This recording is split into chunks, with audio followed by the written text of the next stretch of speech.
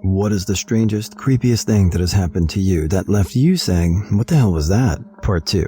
Don't forget to like, share, and subscribe. I was once in the booksies and a bloke randomly jumped on my back and tried to squeeze my balls. I shrugged him off, turned around, and saw him laughing so loudly as he walked out the door. That was 8 years ago, and I'm still like, what the fuck just happened? He grabbed your balls. I was chilling at a library one day, and the lights went out. I felt a hand on my shoulder and breath in my neck. When the lights came back on, no hand was there, no breath. Almost pissed myself in public. I tend to suffer from bad dreams, and occasionally a lucid one. I always sleep with the door open, so a bit of moonlight comes in, just enough to see a silhouette. One day, I'm in between being awake and being asleep, and there's a black silhouette of a person standing in the door opening. I start screaming like crazy, and at the same time this person starts screaming too, and runs towards me in the dark and sits on top of me. I scream even louder, almost to the brink of crying out of panic. This continues for a good few seconds until I recognize the voice. "Calm down, it's me." Turns out it's just my girlfriend, who'd gone to the toilet, tries to go back to bed as silent as possible, and is met with insane screaming. There was a debate for some time who scared who more. Feeling the sensation of an ice-cold hand tighten around my neck, followed by not being able to breathe for a minute or so. I have no medical conditions or allergies. It's never happened before or since. Just some freak panic attack or something, I guess. I randomly looked out my bedroom window and saw two guys at my elderly neighbor's back door working on the lock in the middle of the night. I phoned the police and must have fallen asleep. I went round the next morning and checked the neighbor's door and got no answer. I left it at that, and a couple of weeks later, I was in my pal's house, and the neighbor's grandson thanked me for looking out for them. Turns out, it was two on-call council workers repairing a damaged lock. I still don't know how he knew it was me. I was at work, heading into my bar. To get to the bar, I had to take a freight elevator down. There was a man with a trench coat just staring at the wall. I didn't think much of it, so I just entered the elevator and closed the door. Mid-elevator ride, the man lets out a creepy laugh and jumped and faces me and says, "You have sealed your fate." I'm thinking to myself, WTF is this? Am I on camera or am I going to get stabbed? So I proceeded to grab my knife out of my pocket, but the man said, "Hey, have you ever played Resident Evil 4? I let out a nervous laugh and said yes. He apparently was quoting a line from that game. Weirdest thing ever. Good thing I didn't pull out my knife. This was just this morning and supremely creepy, so why not? My husband and I woke up at around 6 a.m. to the sound of a sick cat yowling. If you've had a cat, you know exactly what kind of awful sound that is. It was windy and storming all night, so this was loud enough to be heard over the tail end of the frozen mix. One of our cats is sound asleep at the foot of our bed. After confirming, yes, we both heard that noise, he asks whether I want to check on our kid or the other cat. I opt for the other cat. The kitten is sleeping in my chair and not pleased about being checked. Our kid is also sound asleep, not making awful sounds. I can't explain it. We both heard it. We lost one of our cats to a heart defect with a rapid deterioration. That low, pained yowl is a sound we definitely both know. It's living creature sound, and it sounded like it was just outside our door. We both woke up in a cold sweat. It's possible that we both had a nightmare and woke up at the same time. The one thing I do know is that it was absolutely not how I wanted to wake up today at all. We've definitely been pondering what the hell that was on and off all day. When I was at my wife's parents' house, she was in her restroom in her room, and I was on the bed and whistled and heard someone whistle back from outside of the room. Nobody in the house admitted to the whistling, and it sounded like it came from upstairs since her room is next to the stairs. I was later told it was her dad's mom, and she used to do that with him and his brothers when they were little in order to find them. This was told to me after I was having a conversation with my father-in-law and felt someone blow on my ear, and at the same time he looked past me to the side of my head where I felt the air blow, and he said he saw her do it. I'm frequently at a church during the week for meetings and such. In the past few years I've been coming there, I've had to go into the sanctuary during the week for something twice. I can count that all the lights and things will be out and I'll be the only one in the building. Anyway, the 2 times I've been in there during the week, I've had the distinct feeling of being watched. I have these full-body shivers where my vision fades in and out, and I have trouble keeping my balance, and I hear whispers. It's very weird, and I think it's just my brain trying to make sense of a bunch of shadows and general creepiness of the place. I used to play backgammon in bed with my newlywed husband, and I kept telling him I had a feeling something in the ceiling fan was watching us. I said that numerous nights. It was just a feeling I couldn't shake.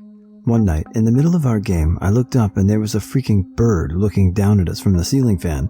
This was a room in the back of the house, so I'm baffled as to how it got there and how long it was there unnoticed.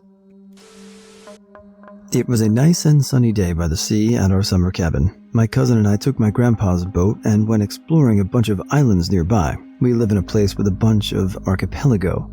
After a while, we get this island a little further out. We cruise along the shoreline where we notice a small opening, just big enough for our boat to fit through. It was definitely man-made, so we decide to check it out. After about 50 meters or so, sorry Americans, I'm European, we arrive at a pond, and it's almost perfectly round. At the other side of the opening or canal, we see an old gazebo that's barely standing.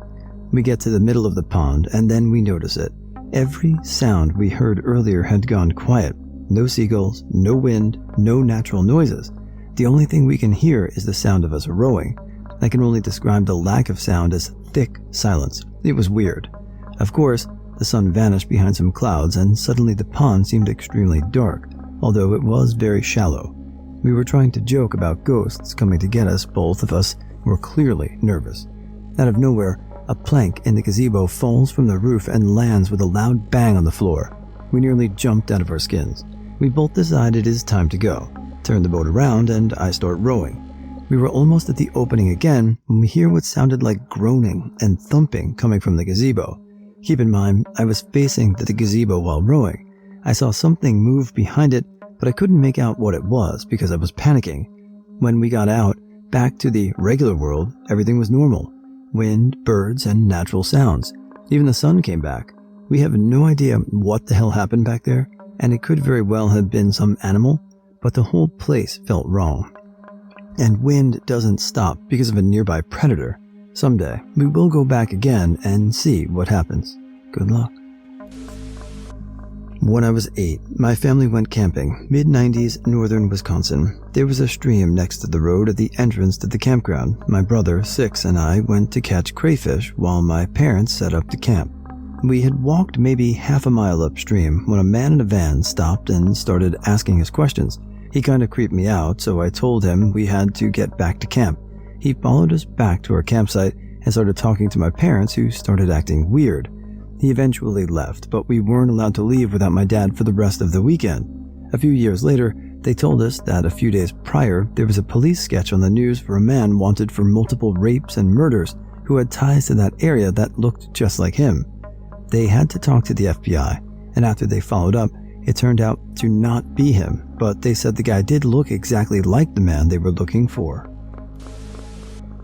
I was talking to my husband a few weeks ago. We were driving down the dirt road to our house, and we passed where they had put a new mobile home in a while back.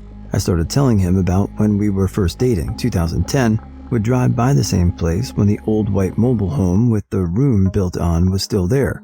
And out front by the road between two big bushy plants, an old man was always sitting in a lawn chair and would wave at me every time I drove by. He was always smiling. Like, sitting there waving at people just made his day. Didn't matter what the weather was. If it was hot, he was in a long-sleeve pearl snap western type shirt, and in the summer, he had a gray plaid jacket and a trapper hat with the furry ear cover flaps. But the flaps were never down. He told me that the old man I described had lived there, but he had died in 2009, and until they put the new trailer in, no one lived in the old trailer. I told him that he must have been off on the year he died, because he was most definitely still there when I started visiting his house. Looked up the obituary. Nope, he died in 2009. Creepy, sad, but not spooky. When I was young, I had a cousin who I looked a lot like, and we were basically best friends. Sadly, she died in a horrible car accident when I was only 6. I remember shrieking when I was told I couldn't go to the funeral. My parents had good reason for keeping me home.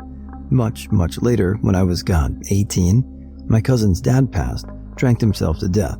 I went to this funeral, and Everyone was staring at me. Everyone. It was absolutely eerie how many people were looking at me. They'd whisper. I had no idea what was going on until my aunt came up, smiling and teary, and told me how much I looked like my cousin, how I was exactly what she'd look like if she'd lived.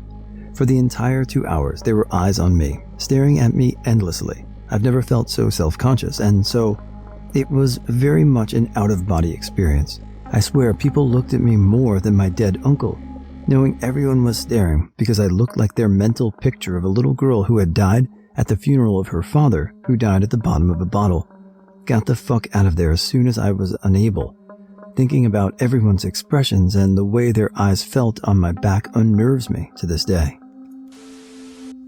I once woke up in the morning, and the first thing I heard was a very deep voice saying clear as day, "My name, we know your name." I hadn't been dreaming that I remember of, and I was at least half awake. So creepy.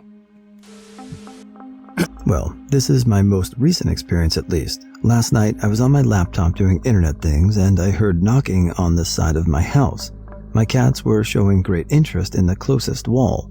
There are no trees or branches on the side of my house. I put my boots on and went out the back door into the snow and walked to the side of the house.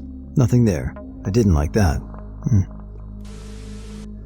I work as a paramedic. One day we transported a patient back to his hospital, which is also a psychiatric facility. Next to the building and on the other side of the road, but on the same site, is a jail for mentally ill prisoners or those who committed very serious crimes because of that mental illness. We arrived, and I was driving an ambulance when I casually looked up above the wall, topped with a small fence that was securing the prison.